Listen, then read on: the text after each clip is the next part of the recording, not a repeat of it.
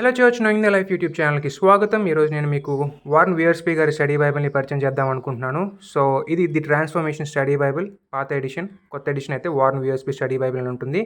అది ఎన్కేజేవీలో వస్తుంది. ఇది మాత్రం ఓల్డర్ ఎడిషన్. ఇది న్యూ లివింగ్ ట్రాన్స్లేషన్లో వస్తుంది. సో ఇది టిండెల్ వాళ్ళు పబ్లిష్ చేశారు. అండ్ కొత్త వర్షన్ వచ్చేసి థామస్ నెల్సన్ వాళ్ళు పబ్లిష్ చేశారు. సో బేసికలీ వీళ్ళ దగ్గర నుంచి రైట్స్ కొనుక్కొని వాళ్ళు దాన్ని చేసే ప్రయత్నం చేశారనమాట. సో ఇది మనం ఆల్రెడీ వార్న్ వియర్స్పీ గారి కామెంటరీ గురించి తెలుసుకున్నాం కాబట్టి ఆయన బ్యాప్టిస్ట్ పర్స్పెక్టివ్ నుంచి వస్తున్నారన్న విషయం మనకు అర్థమైంది కాబట్టి ఈ స్టడీ బైబిల్ కూడా అదే పర్స్పెక్టివ్లో వస్తుందన్న విషయాన్ని మనం గమనించుకోవాలి. సో ఇందులో మనం చూసుకున్నట్లయితే వార్న్ వియర్స్పీ గారు జస్ట్ ఒక ఫార్వర్డ్ రాయడం జరిగింది. సో ఇందులో వాక్యాన్ని గురించి ఒక చిన్న హెల్ప్ఫుల్ ఇన్ఫర్మేషన్ని మనకి ఇస్తూ మనల్ని వాక్యం పట్ల కావాల్సినటువంటి వైఖరిని అది మనకు చేసేటటువంటి మేలని ఆయన ఇక్కడ ఎక్స్ప్లెయిన్ చేసే ప్రయత్నం చేశారు. అండ్ ఆ తర్వాత ఈ స్టడీ బైబిల్ని ఎలా యూజ్ చేయాలన్న విషయం మీద ఒక చిన్న హెల్ప్ఫుల్ నోట్స్ అనేది వీళ్ళు ఇవ్వడం జరిగింది. సో ప్రతి బైబిల్లోన స్టార్టింగ్ చేసినప్పుడు ప్రతి పుస్తకంలో కూడా ఇంట్రడక్షన్స్ ఉంటాయి, అవుట్లైన్స్ ఉంటాయి, తర్వాత బుక్ ఓవర్ వ్యూస్ ఉంటాయి, తర్వాత కొన్ని క్యాటలిస్ట్ అని చెప్పి ఒక ఎక్స్ట్రా నోట్స్ అనేది మనకి ఇవ్వడం జరుగుతుంది. సో ఇక్కడ మనం చూస్తున్నారు కదా క్యాటలిస్ట్ అని. ఈ యొక్క బాక్సెస్ ద్వారా కొన్ని హెల్ప్ఫుల్ లైఫ్ లెసన్స్ని మనకి తెలియజేసే ప్రయత్నం చేస్తారు. క్యారెక్టర్ ఇష్యూస్ని గురించి చెప్పే ప్రయత్నం చేస్తారు. బిబ్లికల్ థీమ్స్ని కూడా అప్పుడప్పుడు ఎక్స్ప్లెయిన్ చేసే ప్రయత్నం చేస్తారు. ఆ తర్వాత బీ ట్రాన్స్ఫార్మ్ అనే ఒక చిన్న ఆర్టికల్ ఉంటుంది ఓపెనింగ్లోనే. సో దాన్ని ఉపయోగించుకోవడం ద్వారా మనం ఎలాగా మన యొక్క లైఫ్స్కి ఈ యొక్క మెసేజ్ని అప్లై చేసుకోవచ్చు అనే విషయాన్ని వాళ్ళు ఎక్స్ప్లెయిన్ చేసే ప్రయత్నం చేస్తారు. దీంతోపాటు మధ్యలో క్రాస్ రెఫరెన్సెస్ ఉంటాయి, తర్వాత మ్యాప్స్ ఉంటాయి, తర్వాత డిక్షనరీ స్టడీ నోట్స్ కూడా మనకి అవైలబిలిటీలో ఉంటుంది. ఇక్కడ మనం చూసుకున్నట్లయితే స్టడీ నోట్స్ ఎక్కడి నుంచి తీసుకొచ్చారనే విషయాన్ని వీళ్ళు ఇక్కడ చిన్నగా ఎక్స్ప్లెయిన్ చేసే ప్రయత్నం చేశారు. చూసారా, approximately 10,000 total expository notes from Warren Wiersbe to help readers understand the key Bible passages by explaining it blah. So ఇక్కడ ఏమంటున్నారంటే వార్న్ వియర్స్పీ గారు ఏమైతే నోట్స్ అందించారో ఆ నోట్స్ని బేస్ చేసుకొని 10,000 ఎక్స్పోజిటరీ నోట్స్ అని ఇక్కడ మనకి ప్రత్యేకించి ఉంది. అది మనం గమనించుకోవాలి. బికాస్ ఒక కమెంటరీలు కానీ ఒక స్టడీ బైబిల్ కానీ అయితే గీతే ఎక్సజీటికల్గా ఉంటుంది లేదా ఎక్స్పోజిటరీగా ఉంటుంది. సో మనం ఎక్సజీటరీ బైబిల్ తీసుకుంటున్నామా, ఎక్స్పోజిటరీ బైబిల్ తీసుకుంటున్నామా అన్నది చాలా ఇంపార్టెంట్. అంటే బైబిల్ కమెంటరీ కానివ్వండి, స్టడీ నోట్స్ కానివ్వండి. ఇక్కడ వీళ్ళు ఎక్స్పోజిటరీ అని చెప్పేసి అన్నారు కాబట్టి ఇందులో నుంచి మనం వాక్యం యొక్క మీనింగ్ ఎక్స్పెక్ట్ చేయకూడదు. రాదర్ ఆ వాక్యానికి ఒక మీనింగ్ ఉన్న తర్వాత దాన్ని మన జీవితంలోకి ఎలా అప్లై చేసుకుంటున్నామన్న విషయాన్ని మాత్రమే ఎక్స్పెక్ట్ చేయాలి.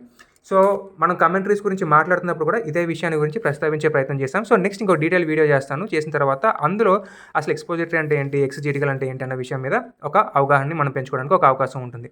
నెక్స్ట్ ఓపెన్ చేస్తే మనకి అవుట్లైన్ ఇస్తారు. ఇచ్చిన తర్వాత ఒక చిన్న ఇంట్రడక్షన్ కూడా మనకి ఇవ్వడం జరుగుతుంది. అందులో బుక్ ఓవర్ వ్యూని ఇవ్వడం జరుగుతుంది. ఆ తర్వాత బీ ట్రాన్స్ఫార్మ్ అనేటటువంటి ఈ యొక్క చిన్న హెల్ప్ఫుల్ నోట్స్ ద్వారా మన యొక్క జీవితాన్ని మనం ఎలా ఇంపాక్ట్ చేసుకోవచ్చు అనే విషయాన్ని ఈ యొక్క బుక్ చదవడం ద్వారా మనకి వీళ్ళు ఎక్స్ప్లెయిన్ చేసే ప్రయత్నం చేస్తారు. అంటే ఆదికాండం ద్వారా. నెక్స్ట్ అలా ముందుకెళ్ళినట్లయితే మనకి బైబిల్ కనిపిస్తుంది స్టార్టింగ్లోనే. ఈ పైన బైబిల్ అనమాట. ఇది క్రాస్ రెఫరెన్సెస్ క్యాటలిస్ట్ మనకి ఇచ్చారు. ఇందులోనే బిబ్లికల్ థీమ్స్ కానీ లేదా ఇంపార్టెంట్ క్యారెక్టర్ ఇష్యూస్ కానీ ఏమైనా చెప్పాలన్నా కానీ వాటి గురించి ఇక్కడ ఇన్ఫర్మేషన్ ఉంటుంది. అండ్ దెన్ స్టడీ నోట్స్ అనేది ఇవ్వడం జరిగింది. ఈ స్టడీ నోట్స్ అనేది ప్రత్యేకించి బీ సిరీస్ నుంచి వచ్చిందని నేను అనుకోవట్లేదు.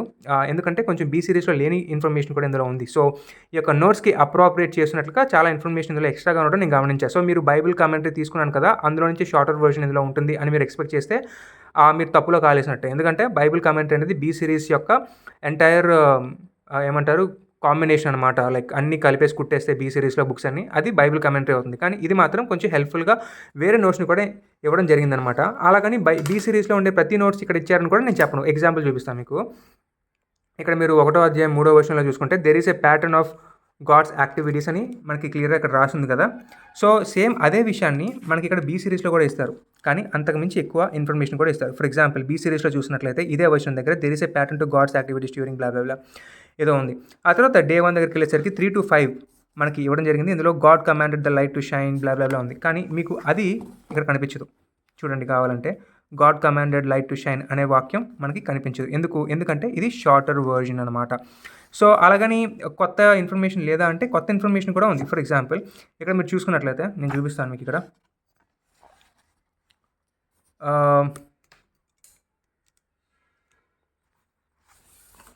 Through out the scriptures light is associated with అని ఉంది. చూద్దాం. చూడండి, in the scripture light is associated with Christ 8:12 the word of God blah. ఇప్పుడు చూడండి, throughout the scripture life is associated with Christ John the word of God blah ఉంది. అలాగని ఈ paragraph మొత్తం ఈ పారాగ్రాఫ్లో ఉన్నట్టుగా ఉంటుందా అంటే అది కూడా కాదు. మీకు ఇంకొక ఎగ్జాంపుల్ చూపిస్తా. Sometimes Bible writers use day to describe అని ఉంది కదా. ఒకసారి ఓపెన్ చేసి చూద్దాం. పేజ్ ఓపెన్ చేస్తే sometimes Bible biblical writers use the word day to blah blah blah ఏదో ఉంది. కానీ ఇక్కడ మీరు చూడండి, ఈ రెండు కూడా కొంచెం వేరువేరుగానే ఉంటాయి. స్టడీ నోట్స్లో ఎక్స్ట్రా ఇన్ఫర్మేషన్ ఉంటుంది, ఇందులో కొంచెం తక్కువ ఇన్ఫర్మేషన్ ఉంటుంది. మీరు చూడండి next paragraph when we speak about spiritual things అని ఉంది. ఇక్కడ కూడా when we speak about spiritual things అని ఉంది. కానీ రెండింటి ఇన్ఫర్మేషన్ కూడా కొంచెం వేరువేరుగా ఉంటుంది. చూసారా, ఇక్కడ మీకు ఐజా 12 తోటి ఆగిపోయింది, అంటే ఇక్కడతో ఆగిపోయింది మనకి. కానీ ఇక్కడ మీరు చూడండి ఐజా 12 తర్వాత the use of evening and morning even the first day of creation is not affected, అది మనకి ఇక్కడ లేదు, బీ సిరీస్లో లేదు, అది ఎక్స్ట్రాగా ఇక్కడ ఉందన్నమాట. అలాగని బీ సిరీస్లో ఉన్నదంతా ఉందా అంటే అది కూడా కాదు, బీ సిరీస్లో ఉన్నదంతా కూడా ఇక్కడ లేదు. సో ఎందుకు ఈ విషయాలు చెప్తున్నానంటే ఇది కొంచెం బీ సిరీస్ అండ్ దెన్ మిగతా ఇతరత్ర పుస్తకాల యొక్క కాంబినేషన్ పెట్టుకొని మన దగ్గరికి వచ్చింది అన్న విషయం మనం గ్రహించగలగాలి. సో ఆ విషయం చెప్పడానికే మీకు ఇక్కడ చెప్పడం జరిగిందనమాట. నెక్స్ట్ మనం థియలాజికల్ వ్యూస్ని కూడా తెలుసుకునే ప్రయత్నం చేద్దాం. ఇది ఎక్స్పోజిటరీగా ఉంటుంది కాబట్టి ఇందులో వచనంకి సంబంధించిన ఎక్స్ప్లెనేషన్ అనేది ప్రతి ఒక్క వాక్యాన్ని ఎక్సజెటికల్గా ఎక్స్ప్లెయిన్ చేసేదంటూ ఏముండదు.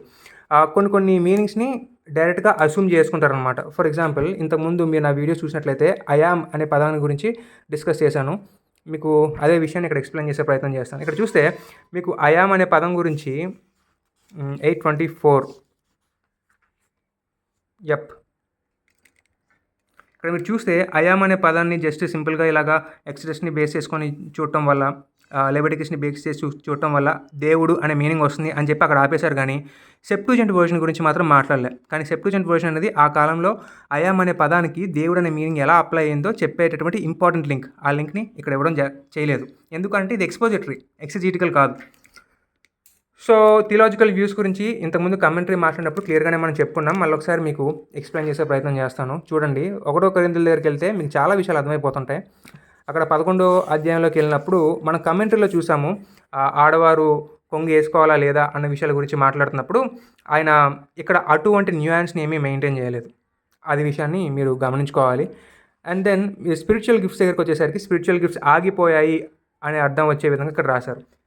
మీరు కమెంటరీ ఇంకా చూస్తే కమెంటరీలో దేవుడి చిత్తం అయితే దేవుడు ఇస్తాడులే ఏదో ఒకటి గిఫ్ట్, అది దేవుడి చేతుల్లో ఉంటుంది అని కమెంటరీలో న్యూయాన్స్ని మెయింటైన్ చేశారు. కానీ ఇక్కడ మాత్రం అటువంటి న్యూయాన్స్ ఏమీ మెయింటైన్ చేయలేదు.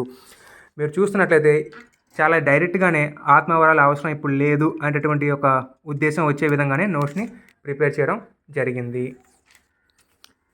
నెక్స్ట్ ఇలాగే మీరు ముందుకెళ్ళిపోతే సేమ్ ఇక్కడ కూడా ఇటువంటి వచనాలే వీళ్ళు ఇవ్వడం జరిగింది. సో ఎందుకంటే ఇదంతా basically Baptist view, reformed view, అది కొంచెం ఉంటుందిలే, బ్యాప్టిస్ట్ రిఫార్మ్డ్ కొంచెం ఓవర్లాప్ ఉంటుంది. సో ఇంచుమించు ఆ వ్యూ అనేది మనకి ఇక్కడ కనిపిస్తూ ఉంటుందన్నమాట. సో ఈ నోట్స్లో మీరు చూసుకుంటున్నప్పుడు ఈ కైండ్ ఆఫ్ వేలో ఉంటుందన్న విషయాన్ని మీరు గమనించండి. అలాగే ఆడవారు వాక్యాన్ని బోధించకూడదు అనేటటువంటి ఒక వ్యూని ఇది తీసుకుంటుందన్నమాట. సో సో ఇక్కడ కాంప్లిమెంటేరియన్ వ్యూ తోటి ఈ బైబిల్ మనకు వస్తుంది, అంటే ఆడవారు బోధించకూడదని. అలాగే ఆత్మవరాలు ఆగిపోయాయి అనేటటువంటి వ్యూని ఈ యొక్క బైబిల్ తీసుకుంటుంది. సో బేసికలీ ఇది ఎక్సజెటికల్ కాదు కాబట్టి, ఎక్స్పోజిషనల్ కాబట్టి ఆల్రెడీ ఈ వ్యూస్ని తీసుకొని దానికి అనుగుణంగా మన వాక్యాన్ని మన యొక్క జీవితానికి ఎలా ఈ యొక్క వాక్యాన్ని అప్లై చేసుకోవాలనే విధంగా ఈ నోట్స్ని ప్రిపేర్ చేస్తారు. సో ఎక్సజీసిస్ చేయకుండా ఎక్స్పోజిషన్ చేస్తే వచ్చేటటువంటి నష్టాలు ఇవే అనమాట. ఇందులో మల్టిపుల్ వ్యూస్ ఉన్నాయి అన్న విషయాల గురించి డిస్కషన్ అనేది ఎక్స్పోజిటరీ బుక్స్లో ఉండవు. నేను ఎందుకని సింగిల్ ఆథర్ రాసినటువంటి బుక్స్ని సజెస్ట్ చేయను అంటే ఇదే. ఎందుకంటే ఒక్క పుస్తకాన్ని చదవడానికి మీకు ఎంత లేదనుకున్నా కానీ కొన్నిసార్లు దశాబ్దాలు పట్టే అవకాశాలు కూడా ఉంటాయి, కొన్ని సంవత్సరాలు కష్టపడాల్సిన పరిస్థితి ఏర్పడుతుంది. ఫర్ ఎగ్జాంపుల్ ఇక్కడ బీ సిరీస్ తీసుకున్నట్లయితే 1 సెకండ్ మీకు ఈ విషయాలని కూడా ఎక్స్ప్లెయిన్ చేస్తాను. మీరు ఈ బీ సిరీస్ అనేది చూసుకున్నట్లయితే ఈయన మాట్లాడుతుంది ఎక్కడ, ఈయన కమెంటరీలో అని రాశారనమాట. న్యూ టెస్ట్మెంట్ అండ్ ఓల్డ్ టెస్ట్మెంట్లో కూడా ఉంటుందన్నమాట. ఇక్కడ మీరు చూసుకున్నట్లయితే ఈయన వర్క్ ఎన్ని ఏళ్ళు అంట, culmination of 30 years of joyful work. So మహా అయితే 30 ఏళ్ళు పైన ఆయన చేసినటువంటి స్టడీ మొత్తాన్ని తీసుకొని వెళ్ళి ఇక్కడ పెట్టారు కదా.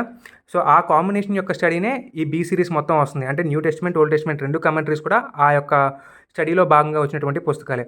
అయితే ఈ యొక్క బైబిల్ మొత్తాన్ని నేను స్టడీ చేయడానికి 30 ఏళ్ళు పట్టింది కదా. క్రెయిగ్ కీనర్ అనేటటువంటి ఒక స్కాలర్కి కేవలం అపోస్తల కార్యాన్ని చదవడానికి మాత్రమే 10 ఏళ్ళు పట్టింది.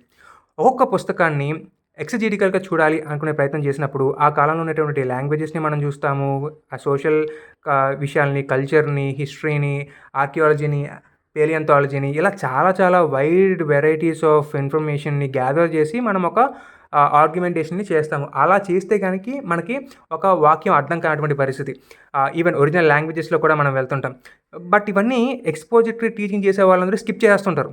సో, న్యాచురలీ మీకు అంత డెప్త్ అనేది దొరకదనమాట. అందుకనే నేను చెప్తున్నాను. ఒక వ్యక్తి అన్ని పుస్తకాల మీద అవగాహన కలిగి ఉండడం అనేది ఇంపాసిబుల్. సో, ఏ స్కాలర్ అయినా గానీ 66 పుస్తకాల మీద స్టడీ చేసి ఒక కమెంటరీ రాయగలుగుతాడంటే రాయలేడు. అందుకే మీరు కమెంటరీస్‌ని చూస్తున్నట్లయితే స్కాలర్లీ కమెంటరీస్ దగ్గరికొచ్చినప్పుడు కేవలం ఒక్క పుస్తకం ఒకళ్ళు రాస్తారు మహా అయితే. లేదంటే ఒకవేళ అదే ఏరియాలో ఒకవేళ ఎవరికైనా పట్టున్నట్లయితే 2, 3 పుస్తకాలను కలిపి ఒక ఆథర్ రాయడం జరుగుతుంది. బట్ అంతకు మించి ఎవరు రాయలేరు. కారణం ఏంటంటే ఒకే వ్యక్తికి అన్ని యాంగిల్స్‌లో బైబిల్‌ని చదవగలగడం అనేది సాధ్యపడదు. ఆ లెవెల్ ఆఫ్ ఎక్స్‌పర్టీస్ ఎళ్ళాలి. అదంతా ఎక్కడ ఎక్సెజీటికల్ కామెంటరీస్‌లోనా? ఎక్స్‌పోజిషన్‌లో అంత చెయ్యరు. కాబట్టే వీళ్ళు వాళ్ళ సెమినరీస్‌లో ఏం నేర్చుకుంటారో అదే విషయాన్ని మిగతా వ్యక్తులు కూడా బోధించే ప్రయత్నం చేస్తుంటారు. అదే మా డాక్టర్‌ని కరెక్ట్ అని అంటారు. సో, ఇది మనకెక్కడ దొరుకుతుందంటే మన తెలుగులో కూడా కొన్ని సింహాలు ఉన్నాయి కదా! లేక పరలోకంలో కోటానుకోట్ల దేవదూతల మధ్య యేసు నీ తండ్రి కన్నాడురా అని చెప్పి అంటుంటారు. సో, బేసికల్లీ ఇదంతా ఆ బాబతే అనమాట. సో, ఎక్సెజెటికల్ కాదు ఎక్స్‌పోజిటరీ కిందకి అది వస్తుంది. అఫ్‌కోర్స్ అది ఇప్పుడు నేను చెప్పిన ఎగ్జాంపుల్ అయితే మరీ వర్స్ట్‌లెండి. అక్కడికెళ్ళకుండా ఉండడమే మంచిది. సో, నెక్స్ట్ ఈ బైబిల్ చివరికొచ్చేసరికి మనం ఇప్పుడు థియలాజికల్ స్టాండ్స్ తెలుసుకున్నాం కాబట్టి డిక్షనరీ, కంకార్డెన్స్ ఏవో ఉన్నాయి. అండ్ దెన్ ఇలా మీరు చివరికెళ్తున్నట్లయితే ఇంకా కొంచెం ఇండెక్స్ ఉంది. ఫర్ ప్రీచింగ్ అవుట్‌లైన్స్ అంట. సో, ఏమైనా ప్రీచింగ్ చేయాలంటే దానికి సంబంధించిన అవుట్‌లైన్స్‌ని ఇక్కడ వీళ్ళు మెన్షన్ చేయడం జరిగింది. అండ్ దెన్ ఇది కూడా మనం క్లియర్ చేస్తే నెక్స్ట్ కొంచెం పర్సనల్ నోట్స్ రాసుకోవడానికి కొన్ని వైట్ పేపర్స్ ఇచ్చాడు. తర్వాత కొన్ని మ్యాప్స్‌ని ఇక్కడ వీళ్ళు పొందుపరచడం జరిగింది. పెద్దగా ఏం లేవు, జస్ట్ 2 మాత్రమే ఇచ్చారు. డౌన్ సైడ్ ఏంటంటే ఇది సౌండ్ బైండింగ్ కాదు. సో, ఖచ్చితంగా గట్టిగా వాడామంటే మధ్యలో విరిగిపోద్ది. బట్ కొత్త బైబిల్ మేబీ అది సౌండ్ బైండింగ్‌లో ఉండవచ్చు అనమాట. సో, సజెస్ట్ చేయనా? మీకు ఒక థియలాజికల్ స్టాండ్స్ అనేది తెలిస్తే మాకిది ఓకే అనుకున్నట్లయితే మేబీ తీసుకోవచ్చు. బట్ ఇది తీసుకునే కంటే అంటే దీని మీద డబ్బులు ఇన్వెస్ట్ చేసే కంటే ఫస్ట్ ఎక్సెజెటికల్ కామెంటరీ మీద మీ యొక్క డబ్బులు ఇన్వెస్ట్ చేయండి. ఆ తరువాత ఎక్స్‌పోజిషనల్ కామెంటరీ మీదకి మీరు మీ యొక్క డబ్బులు ఇన్వెస్ట్ చేయొచ్చు. ఎక్సెజెటికల్‌గా ఏమున్నాయి మన తెలుగులో అని ఆలోచిస్తే ఒకటే ఒకటి ఉంది. అది life way study Bible, Telugu study Bible. అది మన తెలుగులో ఉంది కాబట్టి అది తీసుకోండి. ఆ తర్వాత మీ దగ్గర డబ్బులు ఉంటే అప్పుడు దానియల్ రిఫరెన్స్ బైబిల్ కానివ్వండి, లేదా ఇది కానివ్వండి, ఇటువంటివి ఏమైనా తీసుకునే ప్రయత్నం చేయొచ్చు. బట్ అగైన్ ఎక్సెజెటికల్ కామెంటరీస్ ఎలా చదవాలి, లేదా ఎక్సెజెటికల్ స్టడీ బైబిల్స్ ఎలా చదవాలి, ఎక్స్‌పోజిషనల్ కామెంటరీస్ ఎలా ఉంటాయన్న విషయాల మీద నేను మళ్ళీ డీటెయిల్‌గా ఇంకో వీడియో చేసే ప్రయత్నం చేస్తాను. Okay, have a great day. Bye.